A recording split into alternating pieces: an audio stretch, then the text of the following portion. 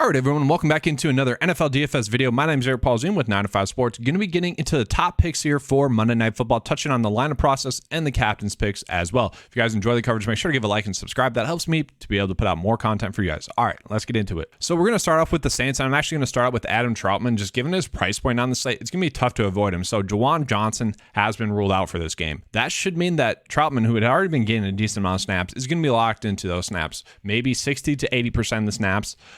And we saw Juwan Johnson really be a good DFS player for a good stretch there. Could Troutman replace that? He certainly could. But the reason why I like him as a play is that he should be a very strong, safe play given his price point. Playing him opens up a lot. And playing him at this price point, you just like the fact that you're most likely not going to get a zero. Like if we can get 5 DK points out of him at this price point, we would certainly take that. And I think that is what is going to happen. The issue with it is I don't know if we're going to need to because the slate's interesting with the pricing. And I'll touch on that more as we go. So Shaheed is a very interesting play this week as well. More of a home run play, more of a GPP upside play. There's no denying that he has flashed some really big upside plays. Okay. And maybe the coaches have seen that as well or want to target that more. He's played in 13, 49, and 52% of the snaps the last 3 weeks. So we've seen that upward trend there. And maybe that has come because Jarvis Landry has seen the snaps go down. 3 weeks ago, 79, and then 56 and 56% of the snaps. So I don't mind Jarvis Landry, but at the same time, I think we just have to play Shaheed at a much cheaper price tag, especially for a home run hitter. And then from there, I think the standout play for the Saints, and everyone would probably agree, is going to be Chris Olave. And it's very easy to play Chris Olave in the captain spot as well. He is at a very cheap price point. I feel like he's going to be a safe play and he's going to be an upside play. We saw him have a good first NFL game against the Tampa Bay Buccaneers as well. Kind of on a downward trend, I guess, recently, but also has looked good. Like, I'm not too worried about it. He should be able to go out and have a good game. I almost think he's going to be a must roster play. Okay.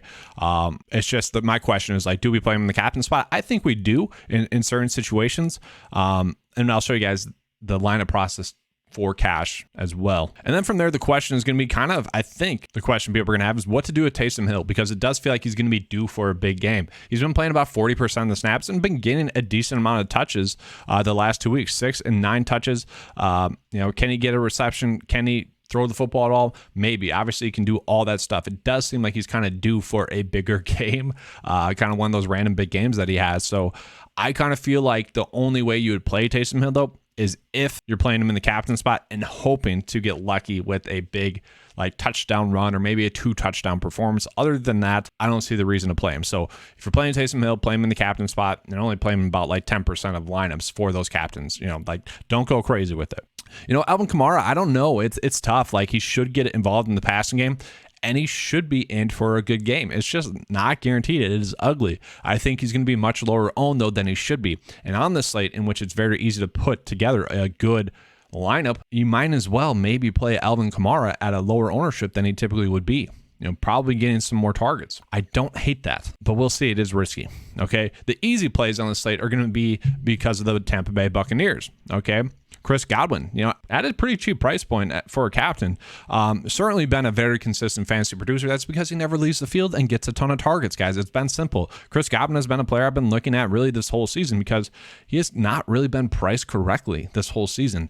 90% of the snaps, probably going to get over 7 targets. It's very easy to fit him into your builds. I think like Chris Olave, Chris Godwin are 2 players you need to go out your way to play. And then Mike Evans as well. I know the stuff with the Saints and whatnot, that I guess that is risky. The stuff with the Saints, got ejected in the last game. 9 targets last week, wasn't productive with those targets. It is kind of risky. I will say that, but at the same time, it's tough not to play both Godwin and Evans because they are playing so many snaps and they are getting so many targets. Like you almost have to play them. You just hope that Mike Evans can keep his cool and not be stupid, pretty much. Or cheap shot, defenseless player and run back on the field. That still bugged me. I don't know. That was just such a cheap shot in week 2. Obviously, they have beef and whatnot. But yeah, 9.6, I do think we can play Mike Evans. And look at this, guys. We still have a ton of salary left over. That's the biggest problem with this slate. I think the thing that people are going to be trying to figure out the most is what to do with the running back situation. It is tough to say. Leonard Fournette probably, let's just project 40% of the snaps. Okay.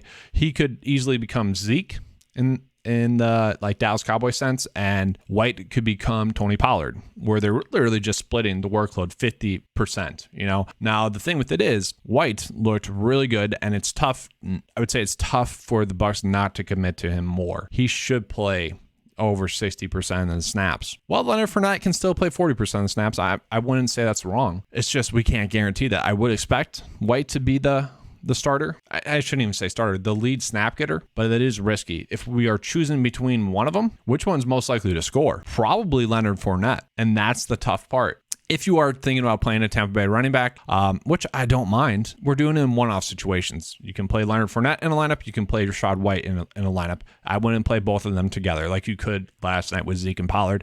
I don't see that being the situation tonight. And then looking at Tom Brady as well, just to touch on this, I do think we can play him, especially if we are going to be playing Chris Godwin and also Mike Evans. Then you probably just need to play Tom Brady. Now, Tom Brady struggled against the Saints in week 1. Okay, it is what it is. He has been much better as of recently. 4 straight games of over 15 DK points. Are you paying up a little bit too much for him? You certainly are, but can he help you cash tonight? I do think he can. And then also just touching on the receivers as well. This is the most healthy this team has been. Cameron Brate had been sick, was a full participant on Saturday. He's expected to play. So Cade Otton was someone I was thinking could be a good value play. He's not going to be now.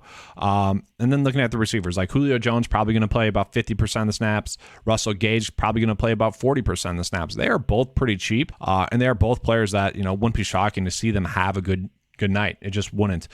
Can they get 10 DK points? They certainly can. There are more of lineup fillers, more shoulder shrug plays. If you're closing out your build and you end up on them, you feel good about it. So, perfect example of that. Like, I'm not going to rebuild my lineup because I landed on Julio Jones. I feel good about that. That's a pretty good build. Okay. And that's kind of the process tonight. It's interesting. I do think it's correct to load up on the Bucs, especially their pass catchers, just more predictable. That's the side I like. Let's show you guys a quick lineup with Chris Godwin in the captain spot. And now for this specific build, like I don't hate the idea of going with one of the kickers. I'm perfectly fine with that. That can certainly work, you know. Now let's show you guys one more quick lineup with Alvin Kamara in there as well. So we could argue with this build process that we are getting the top plays on the slate, okay?